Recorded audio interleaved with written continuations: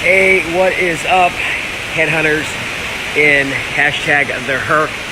Hey, so I'm gonna go live with something that I've known for a while, but in here at Funnel Hacking Live, went to a couple presentations. I was reminded of it here recently, and I like to share it with you guys. And it's really about the stories that our clients and candidates tell themselves that have pulled them back from taking action, right?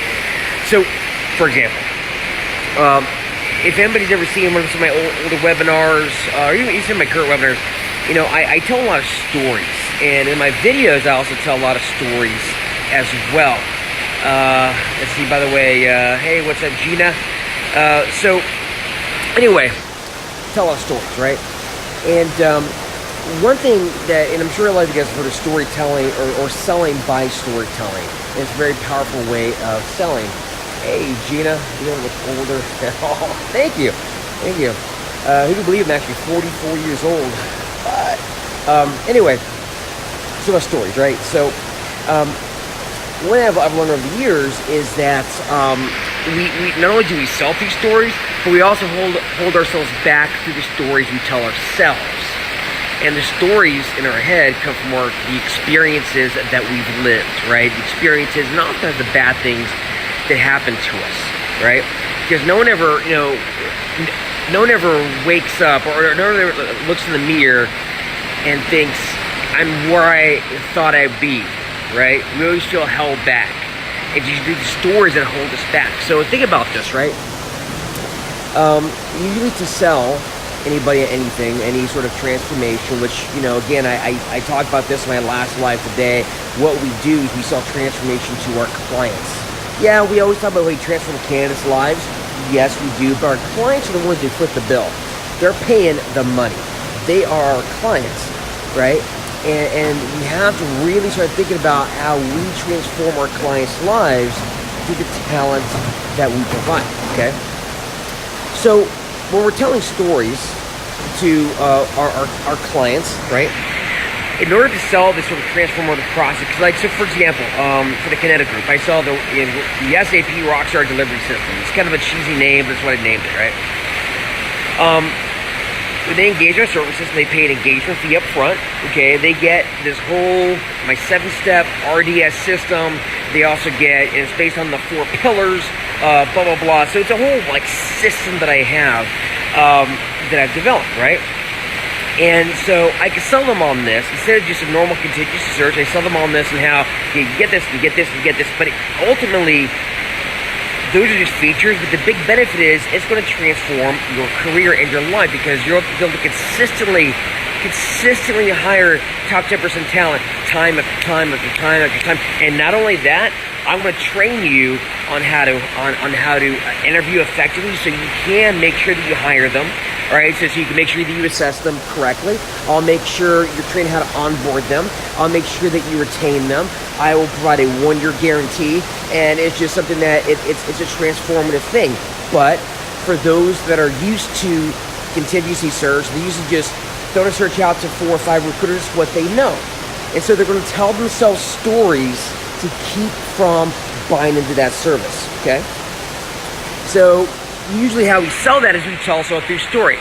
How, in my 15 years of recruiting the SEP market, I was a body shop recruiter, just like most other recruiters in my industry. And here's how the industry I found that it was broken, and I've discovered through interviewing between 5,000 to 6,000 SAP professionals in the course of my career. I've discovered this 4-part interview system that actually helps me assess candidates probably for my clients, and when you go into your whole thing, right? And my 7-step delivery system, blah, blah, blah, blah, blah, right? I tell the story. But at the same time, oftentimes it's not enough to actually get them to buy in. So usually the stories that people tell themselves that hold them back come in 3 forms. There is the external story, external false belief. Really, it's more of a false belief than a story. It's the external false belief. You have your internal false belief, and you have a false belief about the vehicle. Anybody who's familiar with Russell Brunson's perfect webinar kind of formula, it's that formula alone, right? So I'm going to lay it in terms of you guys, how I sell you guys on my coaching services. And then I will talk about the belief systems for our clients and our candidates, right? Because all sales kind of boils down to this. Is you're selling something extremely transformative that is not a commodity, right? Because if you're selling a commodity, then you're competing on price. That's really all it is. But if you're selling something that's truly transformative, something that nobody else offers, you got to really break some massive belief systems that people have themselves, right? So for my coaching services, which are not cheap, okay? It ain't like a typical $9.97 package, blah, blah, blah, templates that most people sell in the industry. It's pretty transformative. And I can tell you my story about how I lost my firm in 2009. Maybe people have heard the story, right? It's my main story I sell with. I lost my firm, and I did this, and I restarted my firm. I wanted to do things differently, but even so, I still got burnt out in the business. So I got into digital marketing, internet marketing, started learning funnels and ads, and a really transformed business. It helped me start selling higher level search and blah blah blah. Right? I tell that story, and people buy into it, but they still have limiting beliefs. Okay. And they can even tell stories about my clients, right? You know, Robbie C. will just sign a $100,000 retainer. She's in the hurt, $100,000, $30,000 now, $30,000 in 45 days, and $40,000 on completion. Before she even got her Facebook ads up, that's just by having a codified higher level offer that she developed in my program, okay? And that's just her. You know, Jay Vernard and Jay Vick, all these guys are getting retainers out. You see, I can tell a story and people are still like, yeah, you get the yeah buts, right? The objections. So the false beliefs, right? What's the external false belief there? External false belief is going to be, yeah, you know, my market's not right for them. My market doesn't respond to that. You know, yeah, it makes sense, but, or I don't have the money. I don't have the money to invest in it. Of course, kind of like me saying, hey, not that mine costs $25,000, but let's say, hey, I've got a winning lottery ticket, guaranteed to win $1 million. Pay me $25,000, and I'll sell it to you right now. You'd find $25,000, wouldn't you? Right? So you know, you gotta break past that limiting belief. Okay. What's the internal? What's the vehicle limiting belief? Right. The vehicle false belief.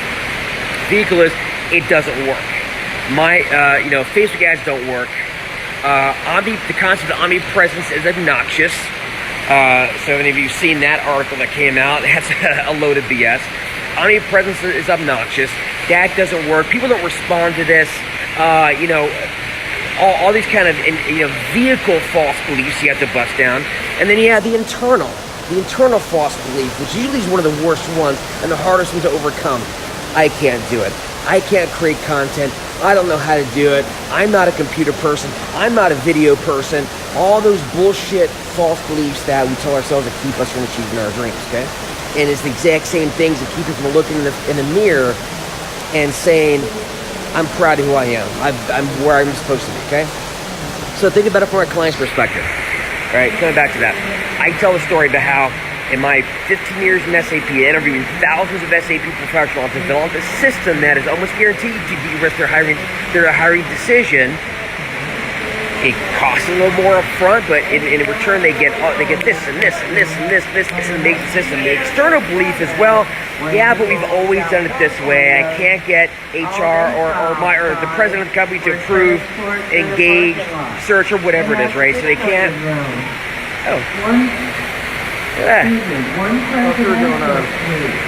So that's the external false belief, right? And I'm sure you guys can think of them. What about the vehicle? I can't see it happening. How is recruiting passive candidates going to ensure that I hire the best people possible? They have this false belief about the vehicle actually working. You know, if I talk to in fact, I got a new client in today with a really big job board, like 37 positions. I talked about, you know, Facebook ads and LinkedIn ads and funnels, etc. Right? Now they were pretty bought into it, but other clients might think, oh, I just don't see how that would work. Right? That is a false belief. It's a false belief, right? It's kind of how, you know, I don't see Facebook working. But then it's the same people that complain about how Facebook influences politics and changes elections, but for some reason it doesn't work to help them find the very best talent available, right? It can't work to reach some of the very top professionals in their industry. Anyways, that's the vehicle false belief. What about the internal false belief? Okay, I'm not sure I can manage a team of rock stars. That's intimidating for a lot of managers. They don't feel like they have the ability to do that. So that's another false belief. And that's an internal false belief, right? So you have to deal with that. All objections come down to those three things. What about for your candidates? You tell the story about this amazing client that's doing these amazing things in the world of biotech, and they're changing the world. And here's the opportunity. Growth, and blah, blah, blah, right? So you tell that story that, we're recruiting them. And then they have objections, usually in the form of external, vehicle, and internal, right? External, the commute's too far. The time isn't right. I'm doing something with my company here. I'm about to get my bonus. All those kind of external things are getting in the way, right? External false beliefs or external stories. And then you have the vehicle.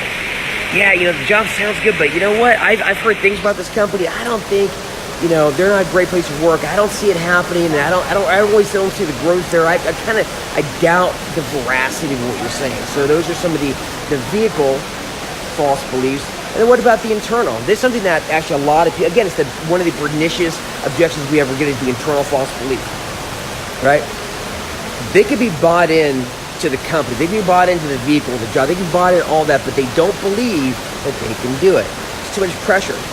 A lot of people don't take jobs, not because they don't want them, not because it's not a great opportunity, not because that's actually exactly what they wanted, but they're not sure they can live up to the standards or the pressure, and they have this internal belief that they don't feel confident enough to take that leap. And so they turn it down and they stay in the comfort of their current role, right? So that's another false belief that we have to deal with. Hey guys.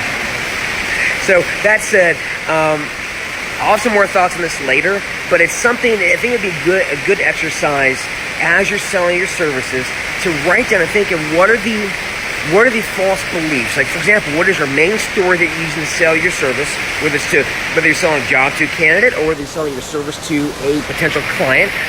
What's the story that you're using? And then what are the false beliefs that are holding them back? And there's always one of three. It's external, the vehicle, or internal. Internal will be one of the hardest ones to overcome. But for everything that you're selling, all objections could fall into one of those three things. It's good to make a list of that so you know how to counter them, and you counter them with other stories. Stories about how similar people overcame those same things, okay? Anyway, that's my thoughts for right now. I'm about to go have some sushi with a couple of business contacts that I have down here. One of which is actually my WordPress developer. So if any of you guys have been to my website, thesapreCruiter.com, you may have noticed I've had a complete redesign, and the guy who did that, I'm actually going to be talking to him about basically rolling him into my whole program. So people that join the accelerator, they're not going to get a copy of my website. I don't want anybody to copy that. That's just awesome. But to be able to within the accelerator, be able to use him to help with your own WordPress site if it needs to be redone, because most websites suck anyway. You need a website that's going to drive a client to a particular action or a candidate to a particular action, and most websites just don't do that at all, okay? So I've got sushi with him and a couple other people tonight, and we're going to talk about potentially adding that into the accelerator for all the current students and for anybody else in the future. So anyway, more on that. I appreciate it, everybody. Thank you all for watching. Thank you, Brian. Everyone should have a coach or coaches. What's up, Brian? Brian's a future accelerator member, so get on it, man. All right, guys, that said, I will talk at you later, and happy hunting.